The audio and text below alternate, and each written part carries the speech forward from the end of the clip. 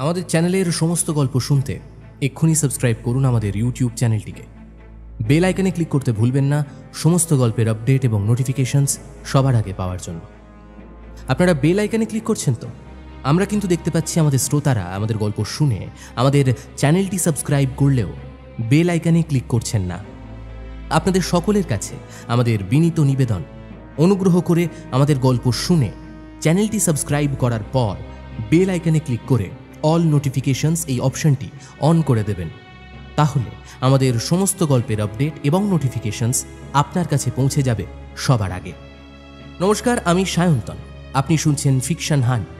Fiction হান্টে আরও একটি নতুন পর্বে আপনাদের সবাইকে স্বাগত। আজ ফিকশন হান্টে আপনি শুনবেন লেখিকা তনিমা সাহার কলম থেকে একটি ভিন্ন স্বাদের ভৌতিক গল্প, সময়ে মৃত্যুর গন্ধ। আজকের গল্প পাঠ ও গল্পের সূত্রধার আমি সায়ন্তন। শুনতে থাকুন ফিকশন হান্টের আজকের বিশেষ নিবেদন, তনিমা সাহার কলম থেকে সময়ে মৃত্যুর গন্ধ।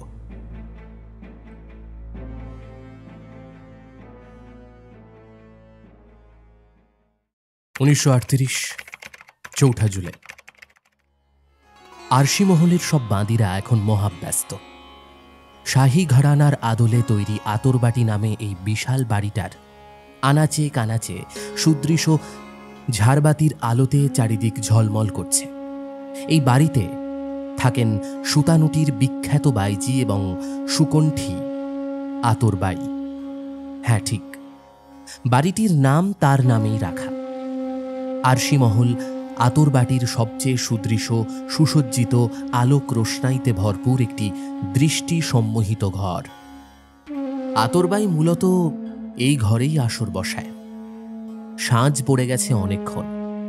আরশিমহলে আতরবাই সুদৃশ্য লখনৌই গালিচা পাতা মেঝেতে বসে তার তানপুরাটায় অঙ্গুলি স্পর্শে সুর তুলতে লাগলেন।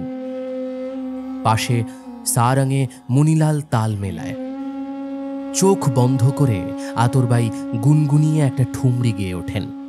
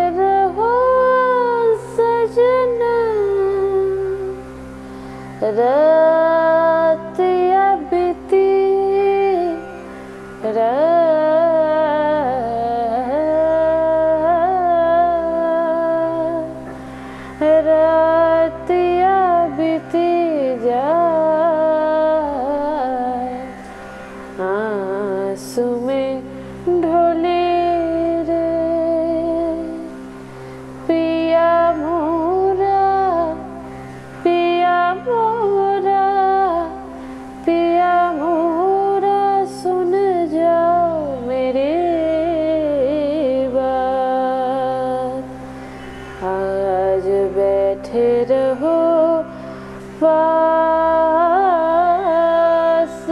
मोरा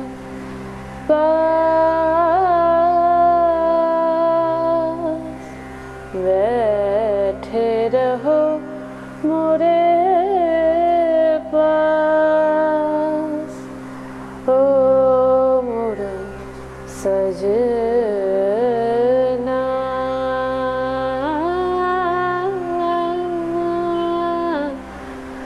सजना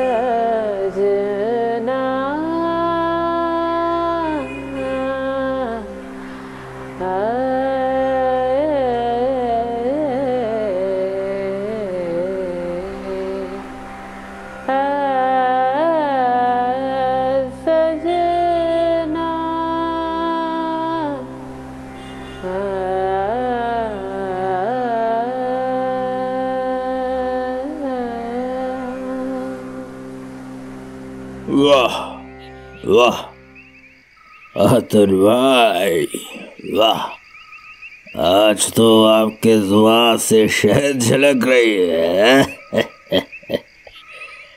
আতরবাই ঠুমরি গাইতে গাইতে এতটাই মগ্ন হয়ে গিয়েছিলেন যে রাজা বাহাদুর তেজেন্দ্রনাথের পদধ্বনি শুনতে পায়নি। তেজেন্দ্রনাথের জন্য আতরবাই সব সময় রূপের ডালি সাজিয়ে রাখেন। আজ তো রূপের ডালির সাথে কণ্ঠসুধারও সঙ্গম ছিল। আতরবাই তানপুরাটা নামিয়ে রেখে মণিলালকে ইশারা করলেন। আতরবাইয়ের সাথে থাকতে থাকতে এই ধরনের ইশারা মণিলাল বেশ বুঝতে শিখে গেছেন। মণিলাল উঠে গেলেই একজন বাঁদী একটি কারুকার্য করা চাঁদি থালায় করে পানীয় কুঞ্জ এবং গ্লাস রেখে যায়। পানীয় কুঞ্জটা দেখে তেজেন্দ্রনাথের ভুরু কুঁচকে যায়। খানিক রুদ্ধ স্বরে তিনি বলেন, এখানেও কি দুর্জয় সিংহ এসেছিল? আতরবাই ঋণঋণে স্বরে মোহময়ী ভঙ্গিতে হেসে ওঠেন। তেজেন্দ্রনাথ তো আতরবাইয়ের এই অঙ্গবিক্ষেপ, এই নিষিদ্ধ আহ্বানের প্রতি আসক্ত। আতরবাই সেটা জানেন। তার মধুঝরা কণ্ঠে বলে ওঠেন, হুজুর বুঝি রুষ্ট হলেন? তেজেন্দ্রনাথের রুষ্টতা তখন চরম পর্যায়ে।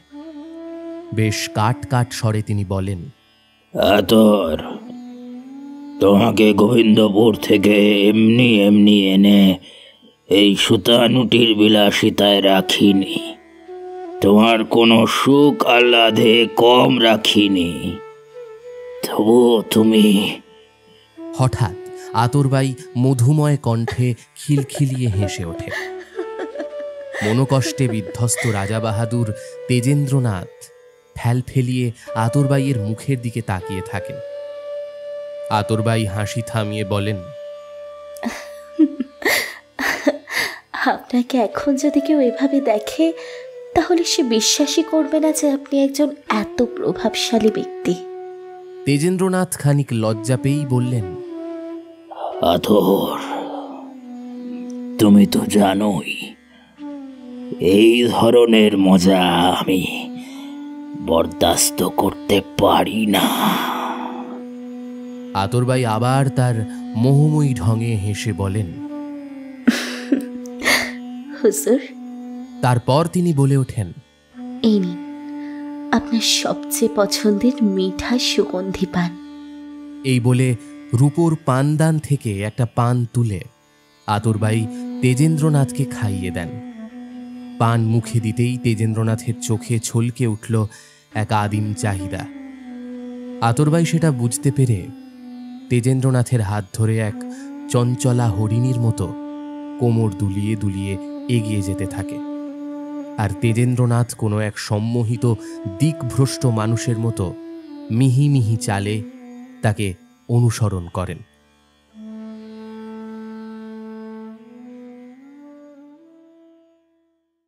1993 2রা এপ্রিল। নিলয়ের এই অফিসে আজ প্রথম দিন। নগৌরবাটি নামে একটি মফস্বল এলাকায় থাকে সে। 12 পাশ করে ইভেন্ট ম্যানেজমেন্টের ওপর একটা কোর্স করে এখানেই চাকরিটা পেয়ে যায়। দু চোখে একরাশ স্বপ্ন নিয়ে মফস্বল ছেড়ে শহরে চলে আসে নিলয়। টিম লিডার অনন্ত একটা ফাইল দিয়ে গেছে নিলয়কে। নিলয় সেই ফাইলটা মনোযোগ দিয়ে দেখার সময় হঠাৎ তার মনে হয় যেন অফিসে কেউ নেই। হঠাৎই গুনগুন করতে থাকা বাকিদের কথা বলার আওয়াজ বা ফ্যানের শব্দ কোনোটাই যেন কানে আসছে না। ফাইল থেকে মাথা উঠিয়ে সামনে তাকাতেই নিলয় যেন শ্বাস নিতেই ভুলে গেল। একটা অসম্ভব চাপা ভয় তার শিরদাঁড়া বেয়ে হিমহিমে স্পর্শের মতো করে উঠে নিলয়ের ঘাড়ের কাছে এসে যেন কামড়ে ধরে। নিলয় দেখে গোটা অফিসে কেউ কোথাও নেই, খালি টেবিল চেয়ার সব পড়ে আছে। টেবিলের ওপর আধখোলা কিছু ফাইল, কোথাও আধ খাওয়া চা বা কফির কাপ। ফ্যানগুলো বন্ধ, তবু কোথা থেকে যেন শীতল বাতাস বয়ে আসছে। নিলয় আতঙ্কের চোটে হাত থেকে ফাইলটা টেবিলের ওপর রেখে ঝট করে চেয়ার ছেড়ে দাঁড়িয়ে পড়ে। ঠিক তখনই নিলয় ঘাড়ের কাছে কারোর একটা ঠান্ডা নিঃশ্বাস টের পায়। আতকে উঠে পেছন দিকে ফিরতেই ঝপ করে গোটা অফিসের আলো নিভে যায়। আলো নিভে যাওয়ার ঠিক পরেই নিলয় শুনতে পায় বহু দূর থেকে ভেসে আসা একটা ফিসফিসে কণ্ঠ তাকেই যেন বলছে, নিলয়, উত্তর উত্তর দিকে।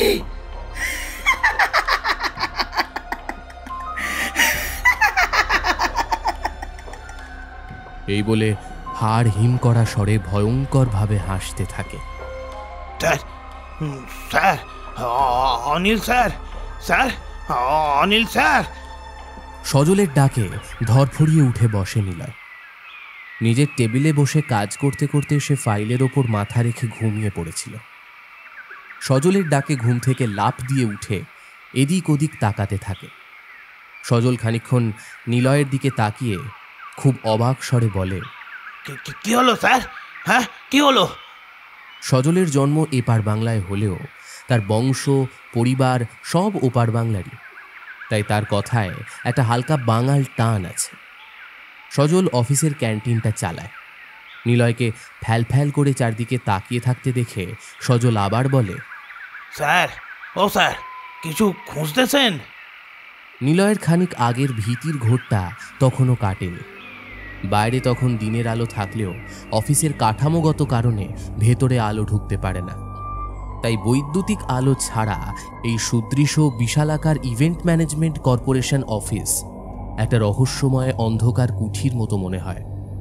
নিলয়ের কানে সজলের কথাটা গেলেও সে যেন তার মর্মোদ্ধার করতে পারছিল না। সজলের প্রশ্ন শুনে সে আটকে আটকে বলে, ওটা কে ছিল? কেন আমাকে ডাকছিল কেন? সজলের কানের পেছনটা একটা ভয়ানক ভয়ে শিনশিনিয়ে ওঠে। সে বলে, কই স্যার, কে ডাকে আপনারে? এই দেখেন না, এই সবাই তো কাজ করতেছে। আমি তো আপনারে চা খাইবেন কিনা জিগাইতে আসলাম। নিলয়ের কাছে এবার সবটা পরিষ্কার হয়। নিজের মাথাতে নিজেই আলতো চাটি মেরে বলে, ওহ, তাই বলো। আসলে কি বলো তো, গত রাতে অনেকটা সময় ধরে গোছানো চলেছে, এই ঘুমটা পুরোটা হয়নি। কাজ করতে করতে কখন যে ঘুমিয়ে পড়েছি টেরই পাইনি। হয়তো ঘুমিয়ে ঘুমিয়ে কিছু একটা স্বপ্ন দেখছিলাম, বুঝলে তো। তুমি এক কাজ করো, আমার জন্য একটা কড়া লিকার দিয়ে দুধ চা নিয়ে এসো, চাটা খেলেই ঘুমটা কেটে যাবে। সজল তাড়াতাড়ি বলে ওঠে, হ, এখনই আনতেছি। সজলের সাথে কথা বলে নিলয় আরেকবার সতর্ক দৃষ্টি নিয়ে চারিদিকটা চোখ বুলিয়ে নেয়। সজলের সামনে যথাসম্ভব স্বাভাবিক থাকার চেষ্টা করলেও তার বুকের ভেতরে যে কি সাংঘাতিক আতঙ্কের ছোবল আছে সেটা সে বেশ ভালোই জানে। সতর্ক দৃষ্টিতে চারিদিকে তাকিয়ে নিলয় বুঝতে পারে যে দিব্যি অফিসে আলো ফ্যান সব চলছে, এমনকি অফিসের ভেতরে সবাই যে যার টেবিলে কাজও করে যাচ্ছে। তাহলে মনে মনে নিলয় ভাবে, আমার এতটা ভ্রম কি করে হতে পারে? এদিকে সজলও ক্যান্টিনের দিকে যেতে যেতে বারবার পেছন ফিরে নিলয়কেই দেখে যাচ্ছে। নিলয়ের অস্থিরতাটা তার অভিজ্ঞ চোখ এড়ায়নি।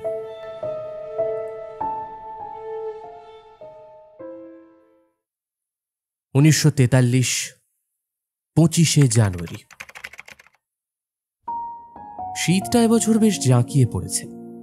জানুয়ারি মাস শেষ হওয়ার পর্যায়ে চলে এসেছে, কিন্তু শীত শেষ হওয়ার নামটুকুও নেই। হু হু করতে করতে বাইরে থেকে গায়ের চামড়া ছেঁড়া হিমেল হাওয়া যেন অহর্নিশি বয়েই চলেছে। দাসী রূপার ডাকে চমকে উঠে তার দিকে গোল গোল চোখ করে তাকিয়ে থাকেন সুতানুটির সকল পুরুষের হৃৎস্পন্দন বাইজি আতরবাই। আতরবাইয়ের চোখ থেকে গড়িয়ে পড়ছে নোনা জলের ধারা। যে একসময় নিজের নৃত্যকুশল, চমৎকার সঙ্গীত প্রাজ্ঞতা এবং অসামান্য রূপ ও যৌবন দিয়ে গোবিন্দপুর, সুতানুটির মতো এলাকার তাবর তাবর পুরুষের রাতের ঘুম কেড়ে নিয়ে তাদের চোখে চিরন্তন অপেক্ষার অশ্রুর কারণ হয়েছে, সেই রূপবতী অহংকারী আতরবাইয়ের চোখে জল, এ তো এক অসম্ভব কথা। আতরবাইয়ের অশ্রুসজল চোখ দুটো দেখে দাসী রূপা উত্তর দিক থেকে ধেয়ে আসা কনকনে বাতাসের আগমনের পথটা অবরোধ করতেই ভুলে গেছে। আবারও খোলা জানলা দিয়ে হু হু করে শীতের কনকনে বাতাস ঢুকে ঘরের ভেতরে ঝাপটা দেয়। রূপা ছুটে জানলাটা বন্ধ করে আতরবাইয়ের গায়ে হাত রাখতেই চমকে ওঠে। আতরবাইয়ের শরীর বরফের মতো ঠান্ডা।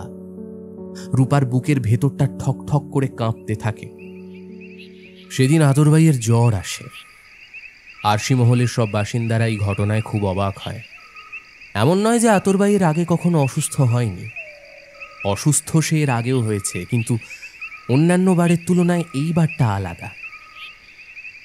অন্যান্যবার আতরবাইয়ের যদি সামান্য সর্দি কাশিও হতো তখন রাজা হাকিমদের লাইন লাগিয়ে দিত, গুণগ্রাহীরা প্রতি বেলায় এসে খোঁজ নিয়ে যেত। কিন্তু এইবার আতরবাইয়ের মহল বড্ড বেশি নির্জন।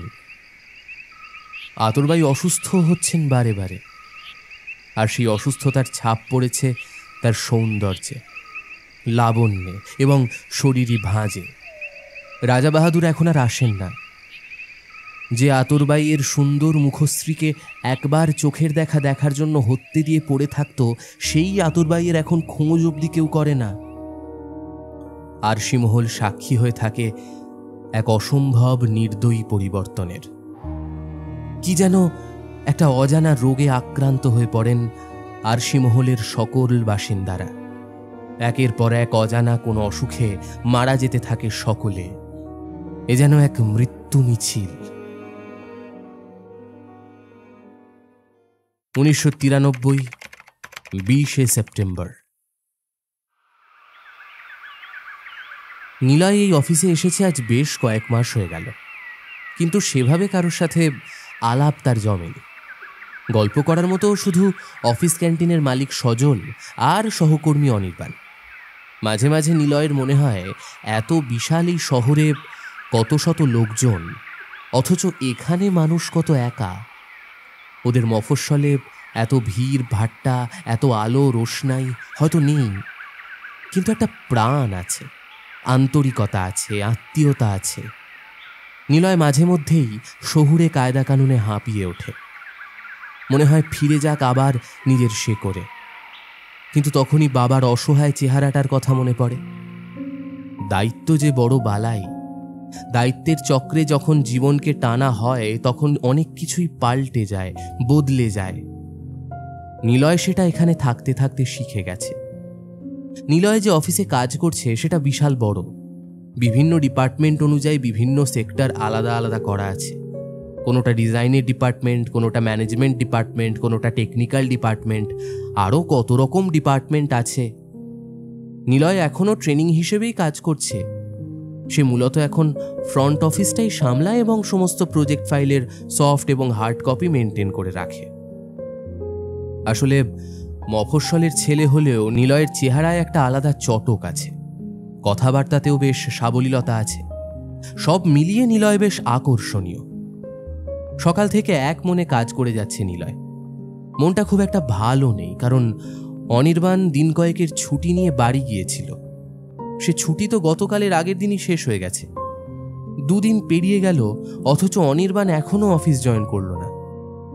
আসলে অফিসে একমাত্র অনির্বাণই নিলয়ের সাথে গল্প করে, আর অফিসের বাইরে সজল। এই দুজনের কোনো একজন যদি কখনো অনুপস্থিত হয় তাহলে নিলয়ের মনে হয় ওই দিনটাই বৃথা। তাই অফিসে অনির্বাণ না আসায় নিলয়ের মুখটা গোমড়া হয়েছিল। ইয়ে বন্ধু নিলয়, এত কাজ কি করছো? পরিচিত কণ্ঠে প্রশ্নটা শুনে নিলয়ের মুখে মুচকি হাসি ফুটে ওঠে। কম্পিউটার স্ক্রিন থেকে চোখ না তুলেই নিলয় বুঝতে পারে যে এটা অনির্বাণের কণ্ঠস্বর। তাই অনির্বাণের প্রশ্নে কম্পিউটারের স্ক্রিনটা থেকে চোখ সরিয়ে নিলয় হাসি মুখে সোজাসুজি অনির্বাণের দিকেই তাকায়। গতকাল একটা বড় কোম্পানির বার্ষিক অনুষ্ঠান গেছে, তারই একটা প্রজেক্ট ফাইল বানিয়ে নিলয় সব রেকর্ড করে রাখছিল। অনির্বাণকে দেখেই তার গোমরা মুখটাতে উজ্জ্বল এক ঝলক হাসি ফুটে ওঠে। আরে অনির্বাণ ভাই, তুমি তো দুদিনের ছুটিতে গিয়ে আর ফিরছিলেই না। আর বলো না, বাড়িতে গিয়ে যা ফ্যাসাদে পড়েছি তা যদি জানতে। কি ফ্যাসাদ হলো আবার? সব ঠিক আছে তো? হ্যাঁ, খানিকটা বলা যেতে পারে। নিলয় ভারী অবাক হয়ে যায়। অনির্বাণের সাথে কথা বলতে বলতে নিলয় কম্পিউটারের কাজটা সেভ করে স্ক্রিন অফ করে উঠে পড়ে। অনির্বাণের বলা শেষ কথাগুলো শুনে নিলয় কিছুটা থমকালেও সে আবার বলে ওঠে, কি বলছো বলো তো নিজের মনে মনে? চলো ক্যান্টিনে গিয়ে বসি। ঠিক বলেছো, চলো। অনির্বাণ একটু চাপা গলায় বলে, সজল আজ আসেনি। সজলের দুজন সহায়ক আছে, বিনয় আর দাশু, যারা সজল না এলে সেদিনের কাজটা সামলে নেয়। ক্যান্টিনে সে সময় প্রায় কেউ ছিল না। এক দুজন ক্রিয়েটিভ ডিপার্টমেন্টের এমপ্লয়ি কফি খেতে খেতে কিছু একটা আলোচনা করছিল। ক্যান্টিনের এক কোণে একজন বয়স্ক মানুষ মাথা ঝুঁকিয়ে বসে আছেন। দাশু বয়স্ক মানুষটার সামনে কফি, ব্রেড টোস্ট আর চিজ অমলেট রেখে গেছে।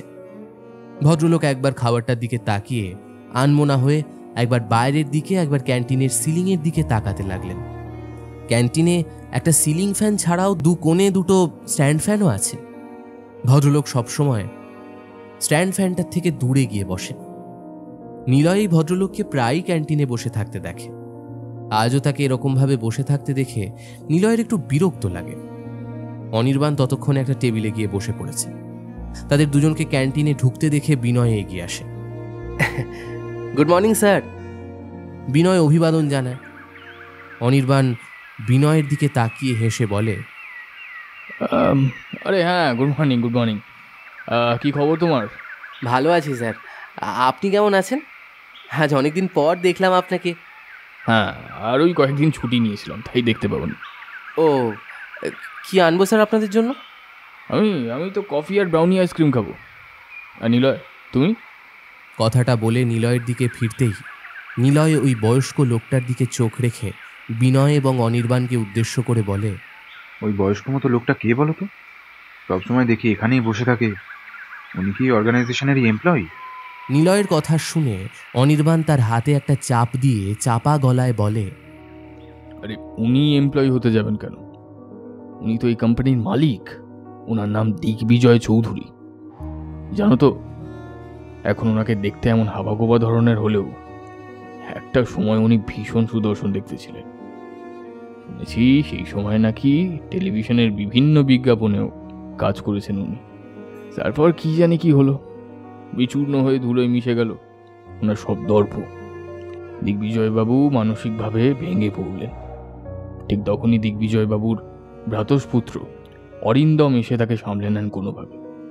তারপর কয়েক বছর পর এই বাড়িটা কিনে এখানেই এই কোম্পানি তৈরি করেন। তবে কাকাকে এক মুহূর্তের জন্য চোখের আড়াল করেন না। এতটা বলে থামে অনির্বাণ। নিলয় এতটা শুনে বলে, সত্যি, মানুষকে দেখে বোঝা যায় না যে তার ভিতর কি চলছে। ওদের কফি আর খাবার খাওয়া প্রায় হয়ে গিয়েছিল। ওরা উঠতে যাবে, ঠিক এমন সময় দিগ্বিজয়বাবু প্রায় ছুটে এসে নিলয়ের কলার চেপে ধরে পাগলের মতো চিৎকার করতে করতে বললেন, এই এই এই এই তুই তুই কেন এসেছিস এখানে? কেন এসেছিস এখানে? হ্যাঁ, পালা পালা, পালিয়ে যা এখান থেকে। ও তোকে ছাড়বে না, ও তোকে ছাড়বে না, ও কাউকে ছাড়ে না, ও কাউকে ছাড়ে না। পালা পালা পালা, পালিয়ে যা এখান থেকে, পালিয়ে যা। নিলয় প্রচণ্ড ভয় পেয়ে যায় এই আকস্মিক হামলায়। বিনয় আর দাশু ছুটে আসে। ওদিকে অনির্বাণ ক্রমাগত চিৎকার করতে করতে বলতে থাকে, স্যার স্যার স্যার কি করছেন স্যার? স্যার ছাড়ুন নিলয়কে, ছাড়ুন স্যার, স্যার ছাড়ুন স্যার। দাশু আর বিনয়ও অনির্বাণের সাথে গলা মেলায়, কিন্তু দিগ্বিজয়বাবুর কানে যেন কোনো কথাই ঢুকছে না। তিনি তখনও নিলয়ের কলার খিমচে ধরে অবিরাম চিৎকার করে যাচ্ছেন, এই এই কেন এসেছিস? হ্যাঁ, কেন এসেছিস এখানে? জানিস না যে তোর এখানে আসা মানা? জানিস না তাও কেন এসেছিস? কেন এসেছিস? দিগ্বিজয়বাবু এক নাগারে বলে যাচ্ছেন। অনির্বাণ দাশুকে বলে, দাশু দাশু শিগগির স্যারকে ডাকো, তাড়াতাড়ি যাও। একটু পরেই অরবিন্দবাবু এসে দিগ্বিজয়বাবুকে সামলে ভেতরে নিয়ে গেলেন। অরবিন্দ সেখান থেকে চলে যাওয়ার পর অনির্বাণ নিলয়ের হাত চেপে বলে, কিন্তু এই বিচ্ছিরি ঝামেলার মধ্যে তোমার গল্পটাই তো শোনা হলো না। আরে সে এক কাণ্ড, বুঝলে। আমি বাড়ি গিয়েছিলাম মূলত মামাতো দিদার ছোট মেয়ের বিয়ে উপলক্ষে। সেখানে বিয়ের দিন এক বিশাল কাণ্ড হয়েছে। বিয়ে হচ্ছিল এক অজপাড়া গায়ে। এবার সেখানকার সব লোকজন এসেছে বিয়েতে, বরযাত্রীও চলে এসেছে। কিন্তু হঠাৎ বিয়ের পিঁড়িতে বসে ভর বেঁকে বসল। তার বক্তব্য হলো, যে মেয়েকে ও দেখে পছন্দ করেছিল এই মেয়ে নাকি সেই মেয়ে নয়। বোঝো কাণ্ড। সেই মেয়ে নাকি বেশি সুন্দরী ছিল এই মেয়ের চেয়ে। এবার বোঝো, মানে মাথায় কতগুলো ভূতের ডিম পুড়ে থাকলে এমন একটা কথা মানুষ ভাবতে পারে। এইদিকে তো মেয়ে মহলে কান্নার রোল উঠল। সবাই তখন বরকে বোঝাতে শুরু করলো, আর ভর সে তো কিছুতেই বুঝতে চাইছে না। এদিকে লগ্নও পেরিয়ে যাচ্ছে, মানে এক হুলুস্থুল কাণ্ড একেবারে। শেষে আমি মাঠে নামলাম। অনেক বুঝিয়ে শুনিয়ে ওই বিয়েটা করানো গেল আর কি। আমি চলেই আসতাম, কিন্তু মামা তো দিদার অনুরোধ করলো আরো 2 দিন থেকে যেতে। তারপর আর যা হয় আর কি। খুব খাতির যত্ন তো হলোই। যদি সে ব্যাটা, তবে একটা রিস্ক ছিল। যদি সে ব্যাটা আবার ঝামেলা বাঁধায়, বয়স্ক মানুষ, তাই তার কথা ফেলতে পারিনি। নিলয় মজার সুরে হাসতে হাসতে বলে, বাহ, এ তো সত্যি অদ্ভুত ঘটনা। সুন্দর লাগছে না বলে বিয়েই করবো না? সুন্দর সুন্দর দেখতে হওয়াটাই অভিশাপ। হঠাৎ কেউ যেন পেছন থেকে কথাটা বলে উঠল। দুজনেই হাসি থামিয়ে শটান ঘুরে দাঁড়ায়, অথচ পেছনে ওরা কাউকেই দেখতে পায় না। ক্যান্টিনের ভেতর তখন কেউ ছিল না। এদিকে দাশু আর বিনয়ও বাইরে গেছে। তাহলে কথাটা কে বলল? একটা অদ্ভুত রকম চুপচাপ হয়ে যায় ক্যান্টিনের ভেতরটা। একটা শিরশিরে ভয় এই অবেলায় যেন দুজনেই নিজের ধারালো নখ দিয়ে চিরে দিয়ে যায়। বিন্দু বিন্দু ঘাম ফুটে ওঠে তাদের দুজনের কপাল জুড়ে। চলো যাই, ওদিকে কাজ পড়ে আছে অনেক। অনির্বাণও গলা মেলায়। ওরা বেরিয়ে এসে যে যার টেবিলে বসে পড়ে। আজ সকাল থেকেই প্রচণ্ড বৃষ্টি, যাকে বলে অসময়ের বৃষ্টি। নিলয় অফিসে পৌঁছে দেখে অফিস প্রায় ফাঁকা। আসার সময় মাথায় বৃষ্টির জল পড়েছে, একটু শীতশীতও করছে। নিলয় ভাবে ক্যান্টিনে গিয়ে 1 কাপ কফি খেয়ে আসা যাক। ক্যান্টিনে যেতেই সজলের সাথে দেখা হয়। কফির অর্ডার দিয়ে একটা টেবিলে এসে বসে নিলয়। তারপর চারদিকে তাকিয়ে দেখতে থাকে। একটু পরে সজল নিলয়ের কফিটা নিয়ে আসে। টেবিলে কফিটা রেখে বলে, এই যে আপনার কফি। কি দেখছিলেন চারদিকে? হ্যাঁ, নিলয় কফিতে চুমুক দিয়ে বলে, এই বিল্ডিংটাকে দেখছিলাম। কি সুন্দর নকশা কাটা দেওয়ালের গায়ে। কি সুন্দর এই বাড়িটা। কার বাড়ি ছিল জানো তুমি? সজল একটু হেসে বলে, হ্যাঁ জানি তো। এই বাড়িটা তো সুন্দর হবেই। আদি কলকাতা ওই যাকে বলে একেবারে বনিদি বাড়ি। আগেকার দিনে বনিদি বাড়িগুলোতে এমনই সুন্দর নকশা কাটা থাকতো। ওই যাকে বলে ওয়াল ডিজাইন। আর তাছাড়া কি? তাছাড়া শুনেছি এই বাড়িটার একটা ইতিহাসও আছে। আচ্ছা, কি বলো কি ইতিহাস? শুনেছি যে সময় জায়গার কলকাতার নাম হয়নি, তখন নাকি এই এলাকায় একটা বাইজি কুঠি ছিল। এক রাজা বাহাদুর সেই বাইজির রূপে আর গানে মুগ্ধ হয়ে তাকে এখানে এনেছিলেন। সেই বাইজি নাকি অনন্য সুন্দরী ছিলেন। রাজা বাহাদুর তার দেখাশোনা কোনো ত্রুটি করতেন না। সেই বাইজির সুন্দর সুপুরুষের প্রতি সাংঘাতিক আকর্ষণ ছিল। আর রাজা বাহাদুরও ছিলেন সেই রকম একজন সুপুরুষ। ওই বাড়িটা সেই বাইজির জন্যই বানিয়েছিলেন তিনি। সজলের কথা শেষ হতেই নিলয় দেখতে পায় যে দিগ্বিজয়বাবু ক্যান্টিনে ঢুকছেন। নিলয় তাকে দেখেই অস্বস্তিতে পড়ে যায়। সজল সেদিনের ঘটনাটা বিনয়ের কাছে পরে শুনেছিল। নিলয় দেখে দিগ্বিজয়বাবু এসে একটা টেবিলে বসে পড়ে, কিন্তু আজ তাকে দেখে সম্পূর্ণ স্বাভাবিক লাগছে। নিলয়ের দৃষ্টি আকর্ষণ করে সজল সেই দিকে তাকিয়ে একটু চাপা গলায় বলে, আমিও সেদিনের ঘটনা শুনেছি। খুব অস্বাভাবিক ঘটনা, কিন্তু এমনটা করেন না। তারপর হঠাৎ বলে ওঠে, কি জানি আবার কি হতে চলেছে এখানে। সজল কথাটা বিড়বিড়িয়ে বললেও নিলয়ের কানে কথাটা আসে। সে সজলকে এ বিষয়ে জিজ্ঞেস করতে যাবে, ঠিক এমন সময় দিগ্বিজয়বাবু সেদিনের মতো শটান উঠে দাঁড়িয়ে পড়লেন। তারপর সবাইকে হতভম্ব করে দিয়ে হন্তদন্তের মতো ছুটে বেরিয়ে যান বাইরে। সজল আর নিলয় তার পেছন পেছন ছুটে যায়। সজল চিৎকার করে বলতে থাকে, স্যার স্যার দাঁড়ান, স্যার দাঁড়ান, ওদিকে যাবেন না। কিন্তু দিগ্বিজয়বাবু সজলের ডাক শুনে ছোটার গতি আরও বাড়িয়ে দিলেন। ছুটতে ছুটতে তিনি অফিসের ছাদে চলে এলেন। বাইরে তখন টিপটিপ করে বৃষ্টি পড়ে যাচ্ছে। ছাদটা রেলিং দিয়ে ঘেরা। এমনিতে বাড়িটা দোতলা হলেও পুরনো দিনের কনস্ট্রাকশন হওয়ায় ঘরগুলো বেশ উঁচু উঁচু, তাই মাত্র দোতলা হলেও এই বাড়িটা প্রায় 4 তলার সমান। দিগ্বিজয়বাবু ছুটে গিয়ে ওই রেলিংয়ের সামনে গিয়ে বিপজ্জনকভাবে দাঁড়িয়ে পড়েন। সজল চিৎকার করে বলে ওঠে, স্যার স্যার দাঁড়ান, স্যার দাঁড়ান, যাবেন না স্যার, স্যার দাঁড়ান। কিন্তু দিগ্বিজয়বাবু সজলের কোনো কথা কানে না নিয়ে রেলিং ডিঙিয়ে এক পা ওপাশে ঝুলিয়ে দেন। সজল আর নিলয় ছুটে দিগ্বিজয়বাবুর কাছে আসে। একটা হাত বাড়িয়ে দেয় দিগ্বিজয়বাবুকে ধরার জন্য। হাত বাড়িয়ে নিলয় চেঁচিয়ে ওঠে, দিগ্বিজয়বাবু! নিলয়ের কথাগুলো তার মুখের ভেতরেই থেকে যায়। ততক্ষণে দিগ্বিজয় তাদের দুজনের কথা অগ্রাহ্য করে সেখান থেকে নিচে ঝাঁপ দেয়। বৃষ্টিটা তখন একটু জোরে শুরু হয়েছে। নিচে পিচের রাস্তা, অত উঁচু থেকে ঝাঁপ দেওয়ায় দিগ্বিজয়বাবুর শরীরটা প্রায় থেঁতলে গেছে। একটা মোটা রক্তের ধারা বৃষ্টির জলের সাথে মিশে পিচ ঢালা কালো রাস্তাটাকে রক্তিম বর্ণের করে দিয়েছে। এই রকমের একটা আকস্মিক ঘটনার জন্য নিলয় মোটেও প্রস্তুত ছিল না। সে রেলিং ধরে নিচে তাকিয়ে দিগ্বিজয়বাবু বলে একটা চিৎকার করে জোরে জোরে হাঁপাতে থাকে, দিগ্বিজয়বাবু! 1968, 15ই অক্টোবর। সুতানুটি এলাকায় সেদিন বেশ দুর্যোগ চলছিল। এমনিতেও চারদিকের পরিবেশ মোটেও সুবিধের নয়। এক অদ্ভুত অসহিষ্ণুতায় ভরে উঠেছে চারিদিক। যখন তখন হিন্দু মুসলমানে দাঙ্গা লাগছে। সরকার পক্ষ থেকে পরিস্থিতি সামাল দিতে আজ সকাল থেকে 144 ধারা জারি করা হয়েছে। তবে পেটের দায় বড় দায়। এরকম পরিস্থিতিতেও তাই মানুষকে কাজের জন্য বেরোতে হয়। এই অবস্থায় দুজন লোক কাজের জন্য বাইরে বেরিয়ে পথে আটকে যায়।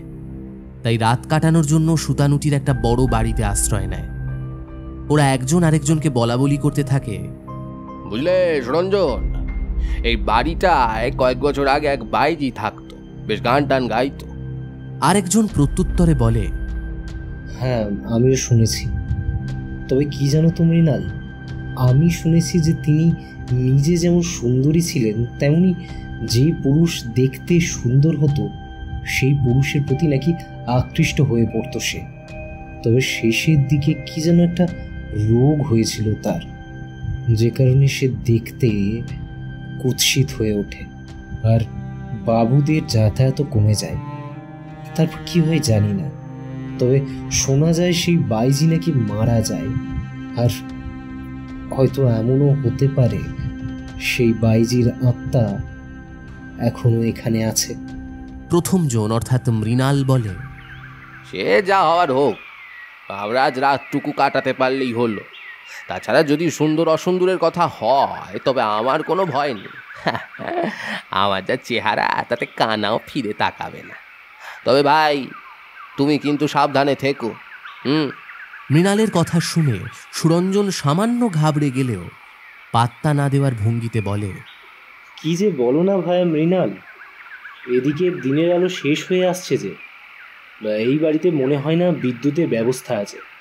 তাই এসব আজে বাজে কথা না বলে চলো আলো থাকতে থাকতে সঙ্গে আনা খাবারটা খেয়ে নিই, বড্ড খিদে পেয়েছে। আরে এদিকে দেখো, গদি গোছের কিছু একটা আছে। এক রাতের তো ব্যাপার, এখানে একটু ঝেড়ে ঝুড়ে এক কোণে ঘুমিয়ে পড়া যাবে। মৃণাল সদুক্তির ঢঙে বলে, ঠিক বলেছ, চলো খেয়ে নি। রাত বেশ অনেকটাই হয়েছে। এমনিতেই 144 ধারা জারি করার জন্য চারিদিকটা শুনশান হয়েই ছিল। রাত নামতেই তা যেন আরও শুনশান হয়ে গেল। লোক দুটো খাওয়া দাওয়া শেষ করে একধার পরিষ্কার করে ঘুমিয়ে পড়েছে। বাইরে বৃষ্টির তোড়টা বেশ জোরেই হচ্ছে। হঠাৎ ঘুমের মধ্যেই সুরঞ্জনের কি একটা অস্বস্তি হয়। একটু নড়ে চড়ে সে পাশ ফিরে আবার ঘুমিয়ে পড়ে। কিন্তু না, সুরঞ্জনের অস্বস্তিটা যেন ক্রমাগত বাড়তে থাকে। নড়ে চড়ে আবার পাশ ফেরার সময় হালকা চোখটা খুলতেই বুকের ভেতরটা ছ্যাঁত করে ওঠে। মুখ থেকে আলতো একটা চিৎকার বেরিয়ে আসে সুরঞ্জনের। ঘুমের ঘোর সম্পূর্ণ কেটে গেছে সুরঞ্জনের। চোখটা কচলাতে কচলাতে উঠে বসে। ঘুম ভেঙে উঠে বসতেই দেখে এতক্ষণ ধরে ঘুটঘুটে অন্ধকার বাড়িটায় হঠাৎ করে যেন সুদৃশ্য কাঁচের বাতিদানের ভেতরে মোমের আলো জ্বলছে। গোটা ঘরটার সব জায়গায় সুগন্ধি মোমের আলো প্রজ্বলিত হয়ে আছে। আতরের একটা মিঠা সুবাস নাকে এসে ঠেকছে সুরঞ্জনের। কোথাও থেকে ঘুঙুরের একটা রিনরিনে সুর ভেসে আসছে, আর তার সাথে একটা গলার আওয়াজও কানে আসছে, যদিও গলাটা ভালো করে বোঝা যাচ্ছে না। সেই আবছা গলার আওয়াজের সাথে কি যেন একটা সুরেলা বাদ্যের বাজনাও কানে আসছে।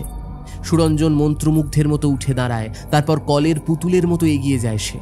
একটু এগোনোর পরেই সুরঞ্জন দেখতে পায় ভীষণ সুন্দর করে সাজানো ঘর।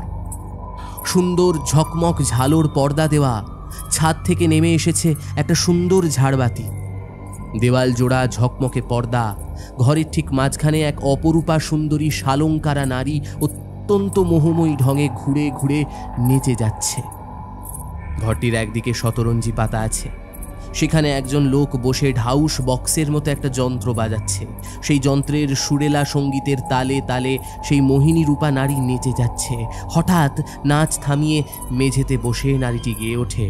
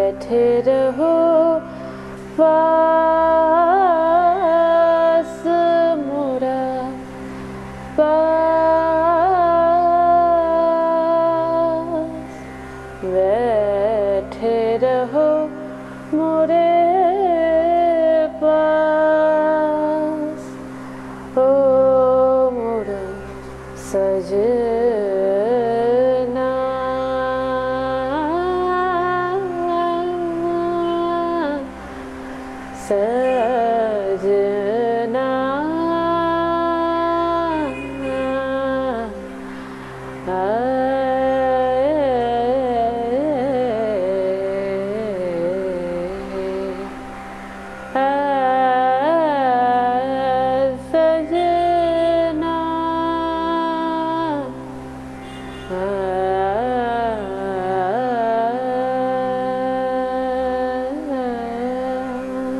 আহা, কি অপূর্ব গলা! কিন্তু কি আশ্চর্য ব্যাপার, সুরঞ্জন কথাটা মনে মনে ভাবলেও সেই নারী কি করে যেন তার গলা কথা শুনতে পেয়ে যায়। মাথায় ঢাকা দেওয়া চুনরিটা সরিয়ে সুরঞ্জনের দিকে এক সমুদ্র তৃষ্ণা নিয়ে সেই নারী বলে ওঠে, আতরবাইয়ের আসরে এসে এত দূরে থাকলে হয় বাবু? সুরঞ্জন চমকে ওঠে। হ্যাঁ, এই কি তবে সুতানুটি এলাকার বিখ্যাত বাইজি আতরবাই? হঠাৎ সুরঞ্জনের যুক্তিবাদী চিন্তাশীল মন কেমন যেন থিতিয়ে পড়ল। তার মনে হলো সে সামনে যা দেখতে পাচ্ছে সেটাই সত্য। সে মন্ত্রমুগ্ধের মতো সামনে এগিয়ে গিয়ে শতরঞ্জির ওপর গদি করা জায়গাটায় বসে পড়ল। ওদিকে আতরবাইয়ের নাচ আর গান পরিবেশনটাকে আরও মোহময়ী করে তুলল। একসময় নাচ শেষ হলে প্রায় হাওয়ায় ভাসতে ভাসতে অশরীরী আতরবাই একটা হিম শীতল খ্যাসখ্যাসে স্বরে সুরঞ্জনকে বলল, হুজুর, আমি নাচ গানে আপনি আনন্দ পেয়েছেন তো? তার কণ্ঠস্বরে এক অদ্ভুত শিরশিরানি ভাব, যেন মনে হচ্ছে বহু দূর থেকে তার কণ্ঠ ভেসে আসছে। সুরঞ্জন যেন তখন নিজের হুঁশে নেই। তাকে দেখে মনে হচ্ছে সে যেন কারোর ইশারায় চলছে। অশরীরী আতরবাইয়ের কথায় সে সম্মোহিতের মতো ঘাড় নাড়ে। সুরঞ্জনের উত্তর শুনে একটা পৈশাচিক ভৌতিক হাসিতে ফেটে পড়ে অশরীরী আতরবাই। সে সেই আগের মতোই খ্যাসখ্যাসে গলায় বলে, আমার নাজরানাটা দিন। সুরঞ্জন যান্ত্রিকের মতো বলতে থাকে, কি চাই তোমার? অশরীরী আতরবাই যেন এই উত্তরটারই অপেক্ষায় ছিল। সুরঞ্জনের কথা শুনে হাড় হিম করা কণ্ঠে আতরবাই বলে, তোর রূপ, তোর যৌবন চাই আমার, যৌবন। কথাটা বলতে না বলতেই আতরবাইয়ের মুখ চোখ পরিবর্তন হতে শুরু করে। এতক্ষণের সুবেশা সুসজ্জিতা আতরবাই এখন বিভৎস ভয়ঙ্কর এক প্রেতাত্মা, যার চোখ বলতে কিছু নেই, গায়ের কোথাও চামড়া বা মাংস নেই। তার জায়গায় রয়েছে কুচকুচে কালো হাড়ের সমন্বয়ে তৈরি একটা কঙ্কাল। চারদিকের বাতির আলো সব নিভে গেছে। কিছুক্ষণ আগের ঝকমকে সুসজ্জিত ঘর এখন ঝুলকালিতে পরিপূর্ণ, পরিত্যক্ত কুঠুরি ছাড়া আর কিচ্ছু না। সুরঞ্জনের ঘোর এতক্ষণে কেটে গেছে। চোখের সামনে এরকম ভয়ানক দৃশ্য দেখে তার বুকের রক্ত জল হয়ে গেল। সে প্রচণ্ড ঘাবড়ে গিয়ে ছিটকে 3-4 কদম পেছনে চলে আসে। তারপর কোনো রকমে উঠে দাঁড়িয়ে ছুটতে থাকে। ছুটতে ছুটতে কি করে যেন সে বাড়ির ছাদে চলে আসে। কিন্তু সুরঞ্জনের কেন জানি মনে হয় সে নিজের ইচ্ছায় বাড়ির ন্যাড়া ছাদে আসেনি। কোনো অদৃশ্য অশুভ শক্তি তাকে এই ছাদের ওপর নিয়ে এসেছে। ছুটতে ছুটতে সুরঞ্জন খোলা ছাদের একেবারে ধারে চলে এসেছে। বৃষ্টিটা ধরে এসেছে। মাথার ওপর গোল চাঁদ উঠেছে। চাঁদের রূপলি আলো ছিটকে পড়ছে ছাদের আনাচে কানাচে। ছাদের ধার কোমর সমান উচ্চতায় রেলিং দিয়ে ঘেরা। রেলিংয়ের ওপর হাত রেখে জোরে জোরে শ্বাস নেয় সে। সুরঞ্জনের এখনো বিশ্বাস হচ্ছে না সে যা দেখছে সেটা সত্যি। মনে মনে সেখান থেকে পালিয়ে যাওয়ার কথা ভাবে। ঠিক তখনই সুরঞ্জন শুনতে পায় তার কানের কাছে কেউ ফিসফিস করে বলছে, সুরঞ্জন। সুরঞ্জন পেছনে ঘুরে তাকাতেই অশরীরী প্রেতাত্মা আতরবাইকে দেখে বেসামাল হয়ে রেলিংয়ের ওপর থেকে নিচে পড়ে যায়। নিচে পড়ে যাওয়ার শেষ মুহূর্তে হাত দিয়ে রেলিংটা ধরতে চায় সে, কিন্তু পারে না। চাঁদের আলোতে মাখামাখি রাত, বৃষ্টি স্নানের পরে নিস্তব্ধতা চারিদিকে বিরাজ করছে। সেই নির্জন নিস্তব্ধতার মধ্যে আলতো একটা শব্দ হলো। ঠিক তখনই শোনা গেল দূর থেকে ভেসে আসা এক অশরীরীর পৈশাচিক অট্টহাসি।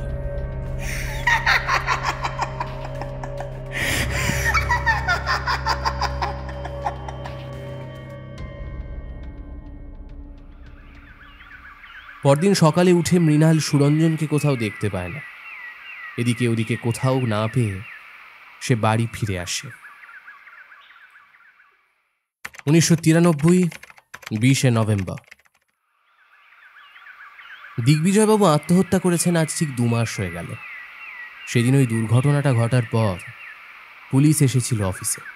সবার সাথে কথা বলে দিগ্বিজয়বাবুর বডি নিয়ে চলে গেল পুলিশ। অরবিন্দবাবু খুব ভেঙে পড়েছিলেন। সেই সময় উৎসবের মরশুম চলছে। কোম্পানির হাতে অনেকগুলো অনুষ্ঠানের ইভেন্ট ম্যানেজমেন্টের কাজ রয়েছে, তাই অবসন্ন মনে অরবিন্দবাবু কাজগুলো শেষ করার চেষ্টা করতে থাকে। কিন্তু সেই দিনের পর থেকে নিলয়ের ভেতরে একটা অদ্ভুত পরিবর্তন দেখা যায়। নিলয় হঠাৎ যেন চুপচাপ হয়ে যায়। এখন মাঝে মাঝে নিলয়ের কানে একটা আওয়াজ আসে। সেদিন যখন দিগ্বিজয়বাবু পড়ে যাচ্ছিলেন তখনও বিড়বিড় করে তাকে পালিয়ে যেতে বলেছিলেন। নিলয় তাকে কিছু জিজ্ঞাসা করবার আগেই তিনি নিচে পড়ে মারা গেলেন। ঠিক সেই সময় আওয়াজটা নিলয়ের কানে এসেছিল, কিন্তু আওয়াজটা ঠিক কিসের তা সে বুঝতে পারেনি। নিলয় যে হঠাৎ চুপচাপ হয়ে গেছে সেটা আর কেউ বুঝতে না পারলেও সজল বুঝতে পারছিল। মাঝে হঠাৎই কয়েকদিনের বেপাত্তা হয়ে গিয়েছিল নিলয়।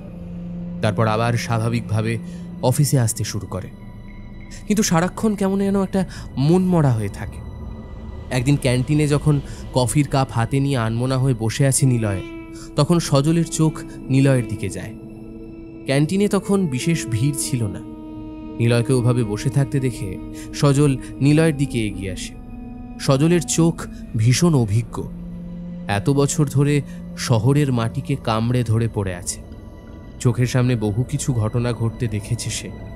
এই জন্য নিলয়কে দেখে সজলের মনটা কুঁগে ওঠে। সে বিনয়কে কাউন্টারটা সামলাতে বলে নিজে এগিয়ে এসে নিলয়ের পাশে বসে। কিন্তু সজল পাশে এসে বসতেও নিলয়ের মুখের ভাবের কোনো পরিবর্তন হয় না, যেন সে এখানে থেকেও এখানে নেই। সজল নিলয়ের একটা হাতের ওপর নিজের একটা হাত রেখে অত্যন্ত মোলায়েম স্বরে ডেকে ওঠে, নিলয়, নিলয়। সজলের কথাটা কানে যেতেই নিলয় অদ্ভুত একটা কাজ করল। সে প্রচণ্ড চমকে গিয়ে ঝটকা দিয়ে সজলের হাতটা সরিয়ে দিয়ে অচেনা দৃষ্টিতে সজলের দিকে তাকিয়ে রইল। নিলয় যেন সজলকে চিনতেই পারছে না। সজল লক্ষ্য করে নিলয়ের চোখে মুখে ফুটে উঠেছে একটা ভয়, আর ভয়ে নিলয়ের হাত ঠান্ডা বরফের মতো হয়ে গেছে। মুখ চোখের রং যেন প্রচণ্ড ভয়ে নীল হয়ে গেছে। নিলয়কে দেখে মনে হচ্ছে সে যেন সাংঘাতিক ভয়ের কিছু দেখেছে। সজল আবার হাত ধরে ঝাঁকিয়ে নেয় একবার, একটু জোরে ধমকের সুরে ডেকে ওঠে, নিলয়। সজলের ধমকটা শুনে নিলয়ের যেন হুঁশ ফেরে। সামনে সজলকে বসে থাকতে দেখে নিলয় হঠাৎ ফুঁপিয়ে কেঁদে ওঠে।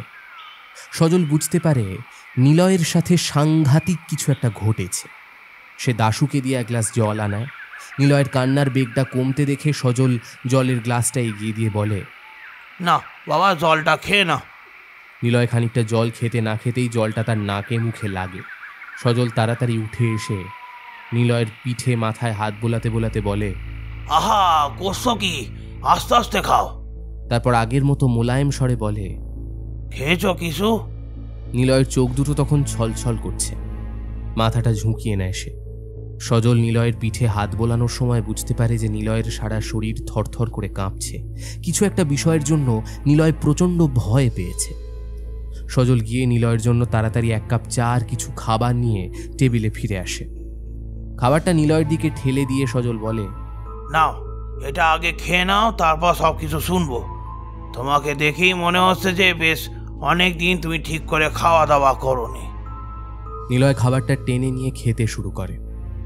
পেটে খাবার পরায় নিলয় কিছুটা স্বাভাবিক হয়। সজল তখন জিজ্ঞেস করে, কি হয়েছে নিলয়?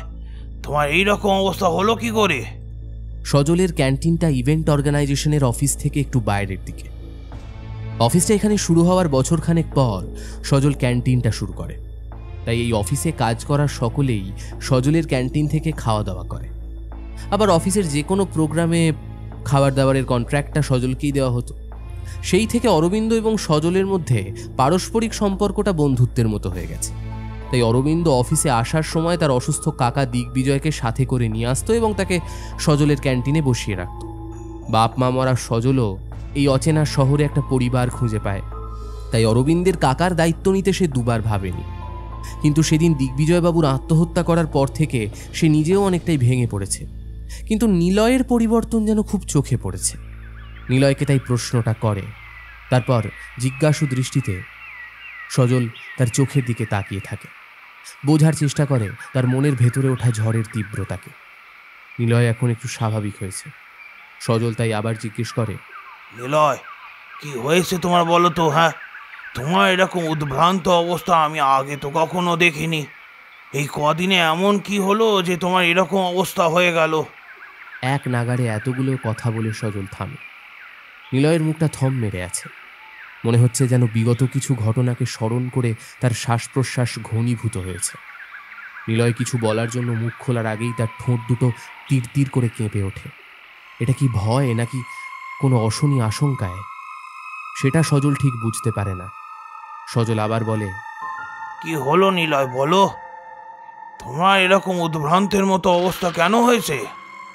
নিলয় খুব ধীর কিন্তু ভয়ার্ত স্বরে বলে, আমি এখান থেকে চলে যাব সজলদা, এখানে আমি আর থাকবো না। সজল একটু অবাক স্বরে বলে, ফিরে যাবে কেন? কি হয়েছে তোমার? বাড়িতে সব খবর ঠিক আছে তো? সজল আবারও এক নাগাড়ে অনেকগুলো প্রশ্ন করে। নিলয় একটা গভীর শ্বাস ফেলে বলে, ওই শব্দটা আমার পিছু ছাড়ছে না।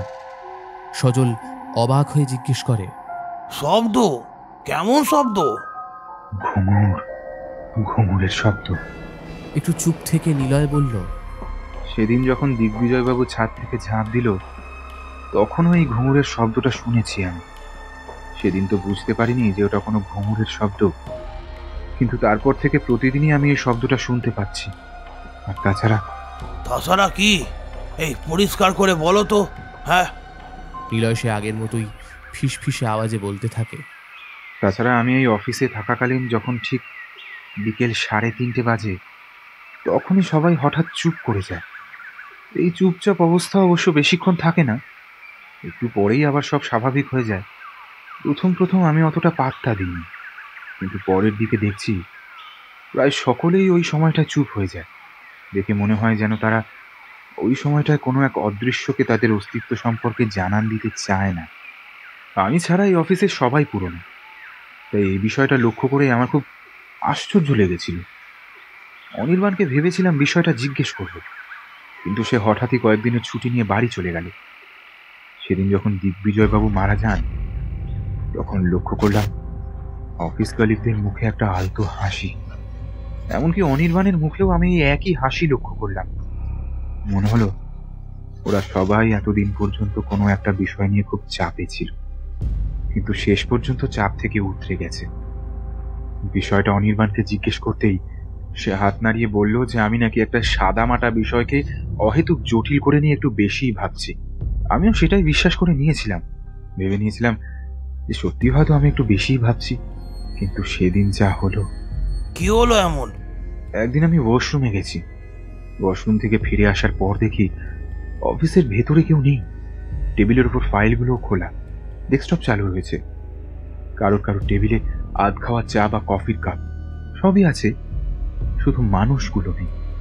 আরও একদিন ঠিক এমনই এক ঘটনার অভিজ্ঞতা হয়েছিল আমার, তখন বিষয়টা অত পাত্তা দিইনি। কিন্তু সেদিন যখন আবার এমন হলো তখন আমি বেশ ভয় পেয়ে গেলাম। কাঁপা পায়ে একটু এগিয়ে আসতেই কানের কাছে আবার সেই আওয়াজ, সেই ঘুঙুরের আওয়াজ। পিছন ফিরে তাকাতেই দেখি পিছন দিকটা কেমন পাল্টে গেছে।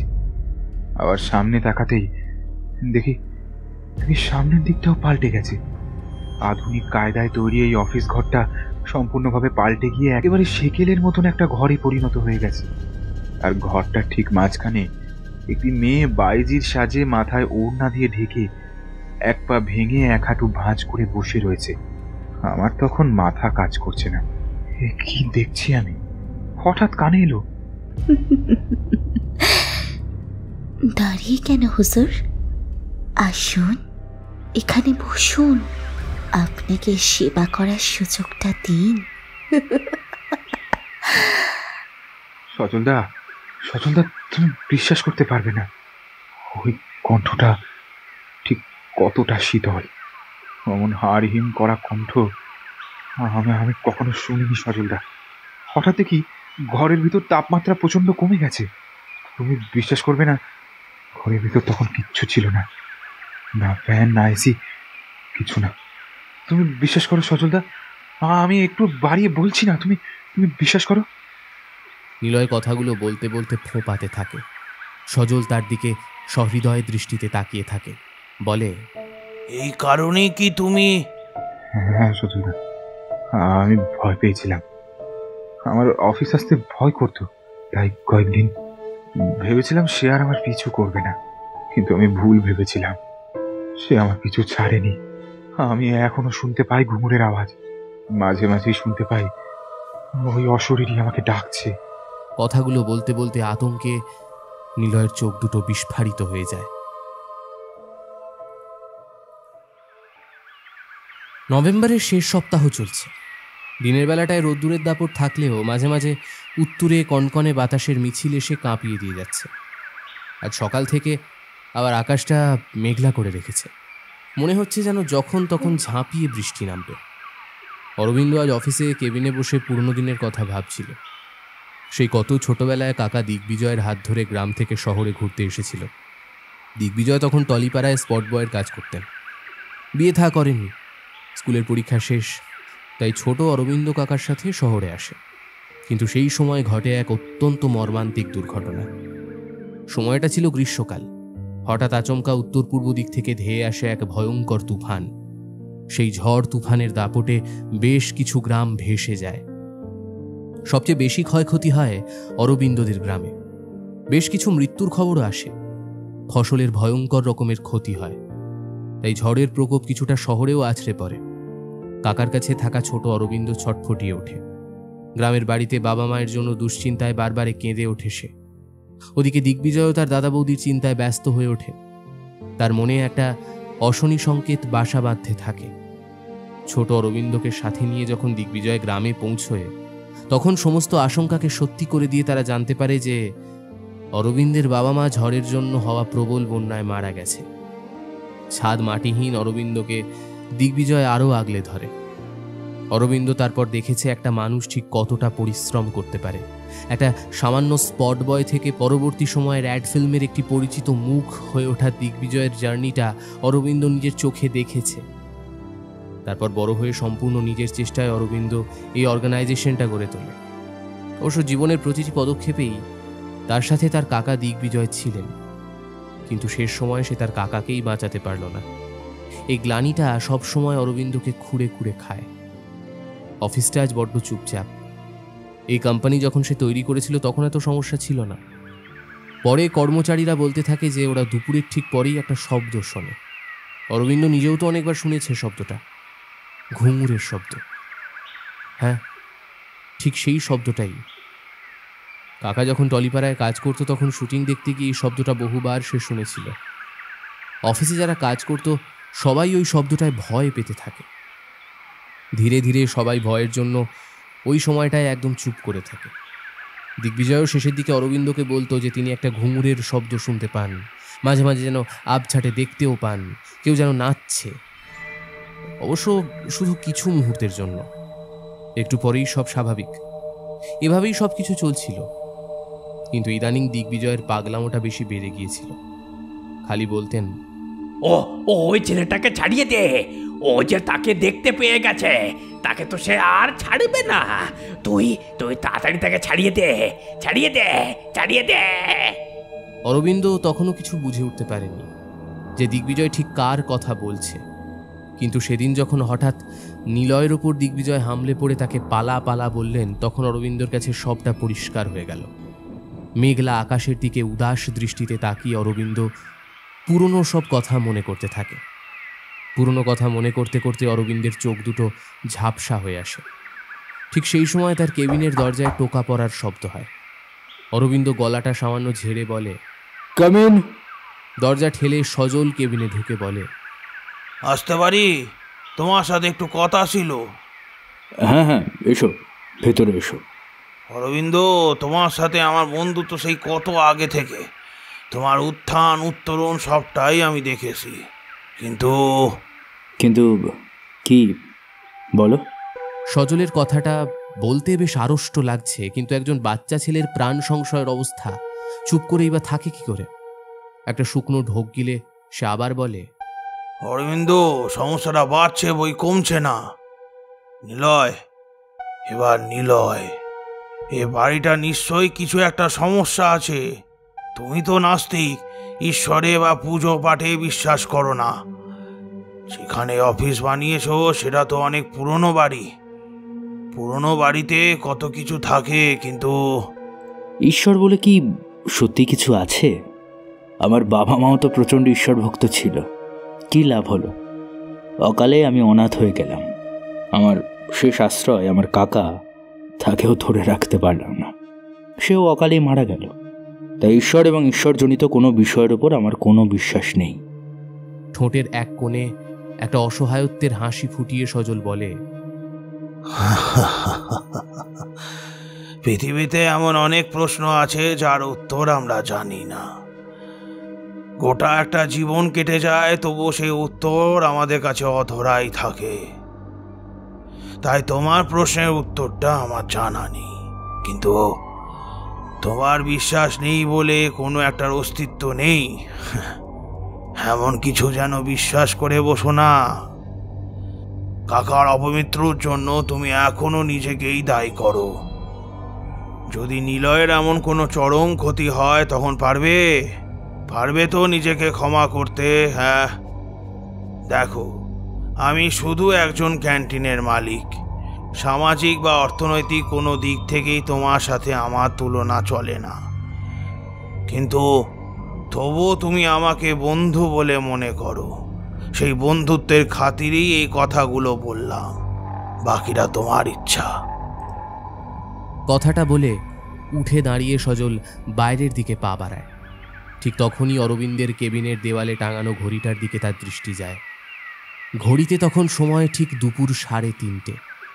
মুহূর্তের জন্য স্থবির হয়ে গেল সে। একটা চিরচিরে ভয় সজলের কোমর বেয়ে ওপরে উঠে তার ঘাড়ের কাছটায় কামড়ে ধরে। এমন বরফ শীতল ভয় সজল আগেও কখনো পায়নি। সজল কখনো এই সময়টায় অফিসে ঢোকে না, কিন্তু আজ নিলয়ের বিপদ দেখে নিজেকে আটকাতে পারল না। প্রায় নিঃশব্দে দরজাটা খুলে বেরিয়ে আসে সে। বুকের রক্ত চলাচলটা যেন বন্ধ হয়ে গেছে এখন। একটুও শব্দ করা যাবে না এখন। শব্দ করলেই সে জেগে উঠবে। 1943 24শে অগস্ট। রূপা একটা চাঁদির গ্লাস হাতে নিয়ে এসে বলে, বিবি, এই নিন, এই শরবতটা একটু খেয়ে নিন, আপনার ভালো লাগবে। বিছানায় এলিয়ে পড়ে থাকা আতরবাইয়ের কানে কথাটা শ্রুত হয় না। আরশিমহলের রোশনাই এখন আর নেই। রাজা বাহাদুর বহুদিন হলো আর আসেন না। অন্যান্য বাবুরা তো অনেকদিনই আসা বন্ধ করে দিয়েছেন। আতরবাইয়ের ওই রোগটা হওয়ার পর থেকে সবাই যেন দূরে চলে গেছে। হাকিম কত ওষুধ কত পথ্য দিলেন, কিন্তু রোগটাও এমন যে কিছুতেই ঠিক হতে চাইছে না। আতরবাইয়ের রূপ এখন আর আগের মতো নেই। স্বাস্থ্য ভেঙেছে, জৌলুস কমেছে, তবুও এখনো তিনি অপেক্ষা করেন রাজা বাহাদুরের। রূপা জানে রাজা বাহাদুর আর আসবেন না। আতরবাইও কথাটা জানে, তবুও প্রতিদিন রাজা বাহাদুর আসার আগে সুন্দর করে সাজগোজ করে রাজা বাহাদুরের জন্য প্রতীক্ষা করে। বিলেতি বাজার থেকে রাজা বাহাদুর একটা ঘড়ি উপহার দিয়েছিলেন আতরবাইকে। সময় সময় এই ধরনের কত উপহার রাজা বাহাদুর আনতেন আতরবাইয়ের জন্য, আর এখন খোঁজটুকুও নেন না। রূপার কাছে খবর আছে রাজা বাহাদুর এখন উমরাও বাইয়ের কাছে যান। তাকেও তো দোষ দেওয়া যায় না। আতরবাইকে এখন দেখতে খারাপ হয়ে গেছে, আর তার সাথে এই অজানা দুঃসহ রোগ। আতরবাই নিজেও তো সুন্দরের পিপাসী, তাই তো এই রোগটা হওয়ার পর আরশিতে মুখ দেখেন না। আরশি মহলে এখন কোনো আরশি নেই। রূপা বোঝে সবটাই। আতরবাই রূপার ডাকে সাড়া না দিলে সে আরো একবার ডেকে ওঠে, বেবি, ও বেবি, শুনছেন? অনেকক্ষণ ডাকার পর আতরবাই খুব মৃদুর স্বরে বলে, কটা বাজে রে রূপা? আতরবাইয়ের কথা বলতেও ভীষণ কষ্ট হচ্ছে। রূপা মোলায়েম স্বরে বলে, বেবি, একটু কিছু মুখে নিন। গত 1.5 দিন ধরে তো তেমন কিছু খেতে পারেননি। নিন, একটু উঠুন তো। কথাটা বলে হাতে ধরা বাটিটা পাশে রেখে রূপা আতরবাইকে ধরে ধরে আধশোয়া করে বসায়। আতরবাই রূপার দিকে তাকিয়ে ক্লান্ত স্বরে বলে, সবাই যখন চলে গেল তখন তুই তুই কেন গেলি না বলতো? কোথায় যাব বলুন তো? এটাই তো আমার ঘর, আমার বাড়ি। নিজের বাড়ি ঘর ছেড়ে কেই বা যায়? নিন, এবার একটু খেয়ে নিন। একটু কিছু খেয়ে আতরবাই বলে, হ্যাঁ রে রূপা, রাজা বাহাদুরের তো আসার সময় হয়ে গেল, আমাকে সাজিয়ে দিবি না? রূপা উঠে যেতে যেতে বলে, হ্যাঁ দেব তো, এই হাতটা ফাঁকা হয়েই আসছি। কথাটা বলতেই রূপার গলাটা কেঁপে উঠল। হাকিম মশাই বলে দিয়েছেন যে তার বিবি আতরবাইয়ের কাছে আর বেশি সময় নেই, তাই এই শেষ বেলাতে রূপা তার বিবি আতরবাইকে আশাহত করতে চায় না। এঁটো থালা বাসন রেখে রূপা আতরবাইয়ের কাছে তার সাজ পোশাক নিয়ে গেল, কিন্তু আতরবাইয়ের কাছে গিয়ে তাকে বহুবার ডাকার পরেও আতরবাই কোনো জবাব দেয় না। আজ শুয়ে থাকা আতরবাইকে একটু ঠেলা দিতেই আতরবাই পাশে এলিয়ে পড়ে। তার ঠোঁটের এক কোণ থেকে একটা চিকন রক্তধারা বেরিয়ে আসে। আতরবাইয়ের শেষ পরিণতি দেখে রূপা গগন বিদারী চিৎকার করে কাঁদতে থাকে।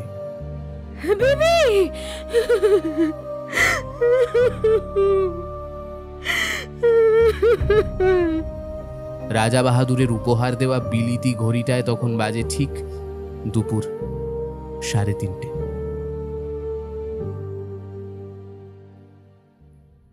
1994, 13ই জানুয়ারি।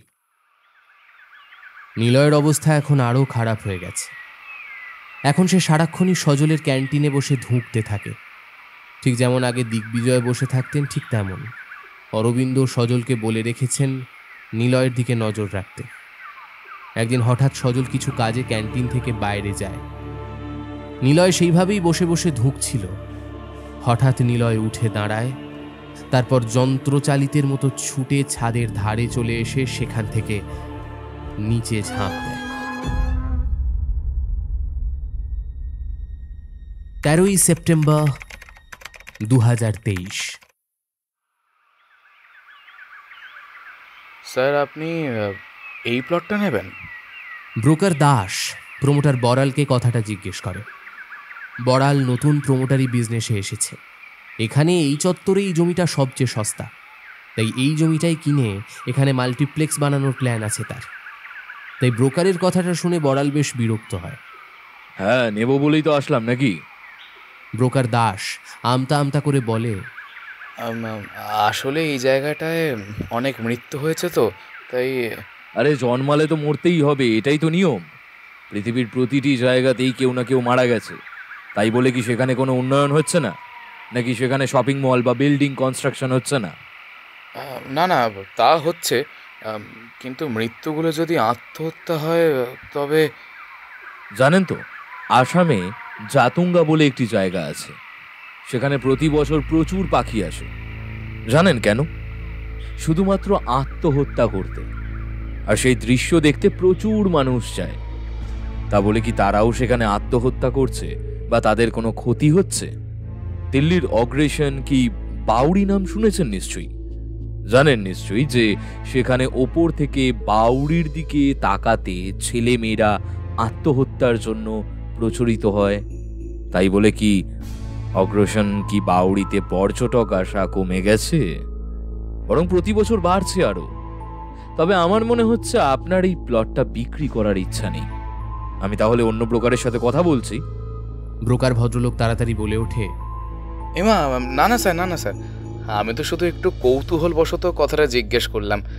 আপনি জায়গা কিনবেন, পয়সা আপনার, পছন্দ আপনার, আমি সেখানে বলার কি? ঠিক আছে স্যার, তাহলে ডিলের যাবতীয় কাগজপত্র বানিয়ে নিচ্ছি। হ্যাঁ, তাই করুন।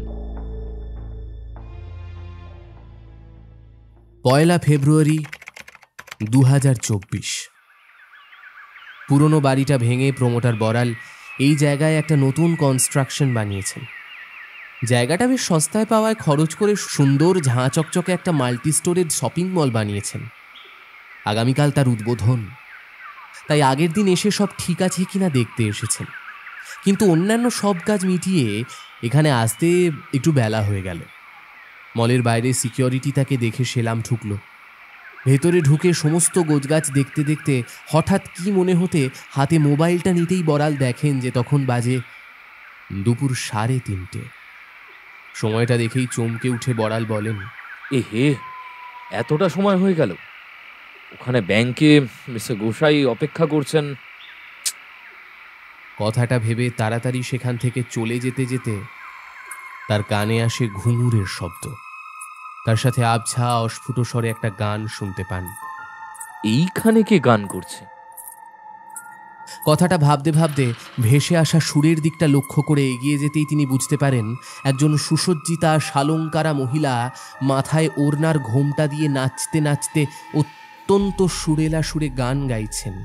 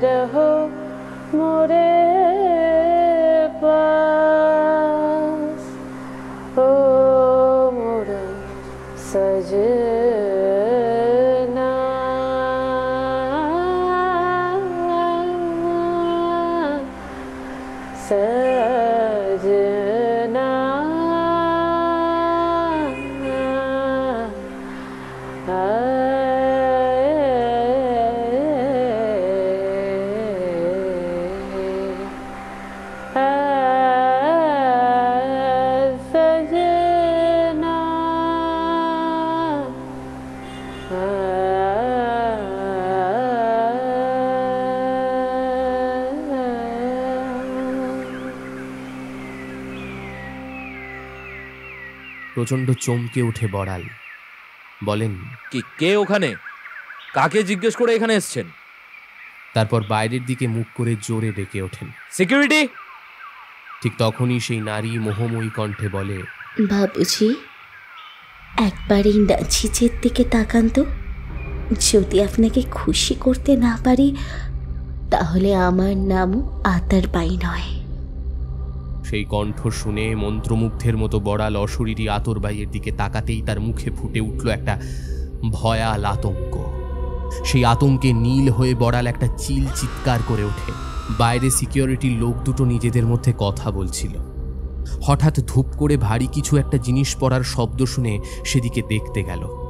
দুপা এগিয়েই সামনের দৃশ্যটা দেখে আতঙ্কে ফালা ফালা হয়ে দুজন ভীষণ চিৎকার। তাদের চিৎকার শুনে ভেতরে যারা কাজ করছিল তারাও ছুটে আসে। তারা বাইরে এসে দেখতে পায় মলে ঢোকার মুখে সিমেন্ট বাঁধাই রাস্তাটায় প্রমোটার বড়ালের রক্তাক্ত থেঁতলে যাওয়ার শরীরটা পড়ে আছে।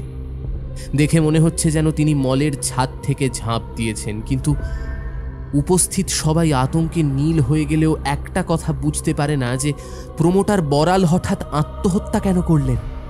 ঠিক তখনই একটা নারী কণ্ঠ পৈশাচিক কট্ট হাসিতে ফেটে পড়ে ফ্যাস ফ্যাসে গলায় চিৎকার করে বলে, সুন্দর সুন্দর দেখতে হওয়াটাই অভিশাপ।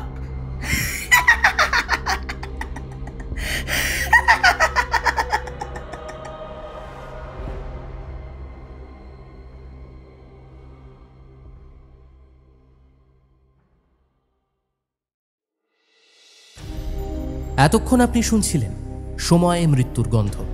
আজকের গল্প পাঠ তথা গল্পের সূত্রধার আমি সায়ন্তন, রচনা তনিমা সাহা। অন্যান্য চরিত্রে ছিল তৃষা, সৃষ্টি, প্রভাকর, মৌপিয়া, ঋদ্ধি, সৌমদ্বীপ, আর্য, পার্থ, প্রীতম, শুভম এবং সৌরভ। আমরা অসংখ্য ধন্যবাদ জানাই অগ্নিভদেব এবং রোশনি মুখার্জিকে এই গল্পে একটি বিশেষ গানে কণ্ঠদানের মাধ্যমে আমাদের সাহায্য করার জন্য। এই গল্পের নাট্যরূপ নির্মাণে ছিল দিশানি, শব্দ সংযোজন, আবহ সঙ্গীত ও স্পেশাল এফেক্টসে ছিল রণজয়। এই গল্পের প্রচ্ছদ নির্মাণ করেছে শুভদীপ বন্দ্যোপাধ্যায়। কেমন লাগলো আজকের গল্পটা? যদি গল্পটা আপনাদের ভালো লাগে অবশ্যই চ্যানেলটি সাবস্ক্রাইব করে দেবেন, ভিডিওটিকে একটি লাইক করে দেবেন, কমেন্টের মাধ্যমে জানিয়ে দেবেন আপনাদের মতামত এবং অবশ্যই চ্যানেলটা সাবস্ক্রাইব করার পর বেল আইকনে ক্লিক করে দেবেন। তাহলে আমাদের সমস্ত গল্পের আপডেট আপনার কাছে পৌঁছবে সবার আগে। আগামী পর্বে আবার আপনাদের সাথে দেখা হবে। সবাই ভালো থাকবেন। শুভরাত্রি।